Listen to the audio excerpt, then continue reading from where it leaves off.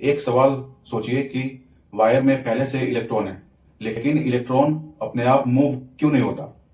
जब हम बाहर से वायर में बैटरी लगाते हैं तो इलेक्ट्रॉन्स मूव होना स्टार्ट होता है। तो बैटरी ने ऐसा क्या किया कि इलेक्ट्रॉन्स मूव होने लगी, इस वायर में करंट फ्लो होने लगा। तो इसका जवाब है इलेक्ट्रिक पोटेंशियल और पोटेंशियल डिफरेंस, जिसको हम वोल्टेज भी कहते हैं। तो आज हम वोल्टेज को बहुत ही आसानी से समझेंगे।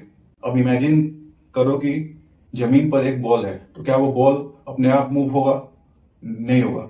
वही आप अगर उस बॉल को हाइट एच उठा दो और छोड़ दो तो वो बॉल नीचे गिर जाएगा।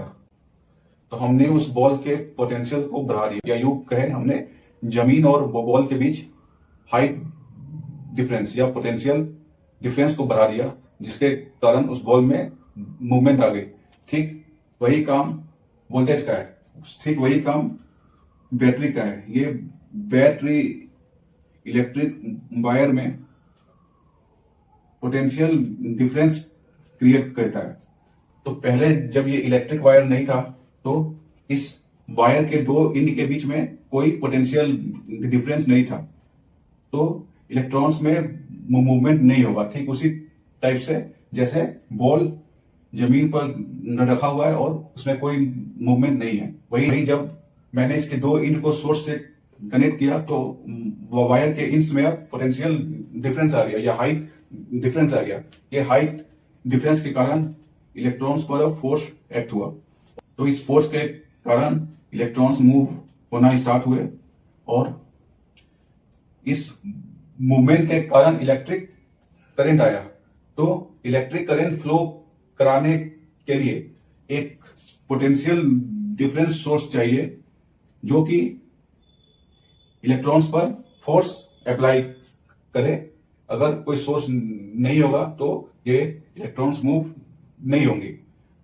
तो ये लो पोटेंशियल है और ये हाई पोटेंशियल है, ये प्लस है और ये माइनस है। तो इलेक्ट्रॉन्स मूव हो रही है minus to plus, means electrons flow from low to high potential, but electric current flows from high potential to low potential, क्योंकि कन्वेंशनल करंट की डायरेक्शन इलेक्ट्रॉन्स फ्लो के अपोजिट में होती है।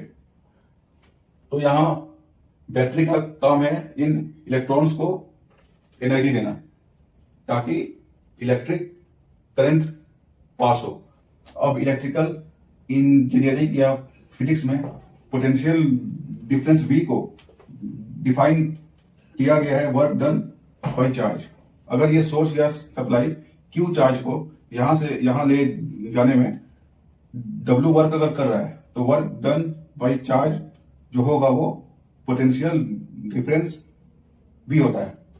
तो इलेक्ट्रिक करंट मेंटेन करने के लिए इस सप्लाई को वर्क करना होता है। वर्क मीन्स क्या? Energy. Work is equal to energy. Energy is the capacity to do work. आप में कितना काम करने की क्षमता है। तो ये सोर्स इलेक्ट्रॉन्स को एनर्जी दे रहा है ताकि ये यहां से यहां आ सके। तो अगर W एनर्जी अगर दे रहा है, अगर वर्क डन W है तो W बाई Q जो है वो पोटेंशियल डिफरेंस होता है। पोटेंशियल डिफरेंस का यूनिट होता है वोल्ट और वर्क डन होता है जूल, Q का कुलम्ब।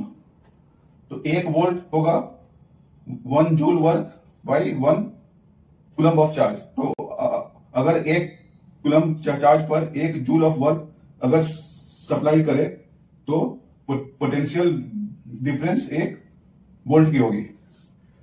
तो आज हमने सीखा पहला चीज कि इलेक्ट्रिक करंट इस्टेब्लिश के लिए पोटेंशियल डिफरेंस का होना जरूरी है।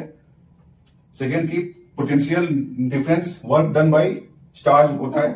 थर्ड, पोटेंशियल का यूनिट वोल्ट होता है, वर्क का जूल होता है और Q का कुलम्ब होता है। तो 1 वोल्ट कितना होगा? 1 जूल पर कुलम्ब।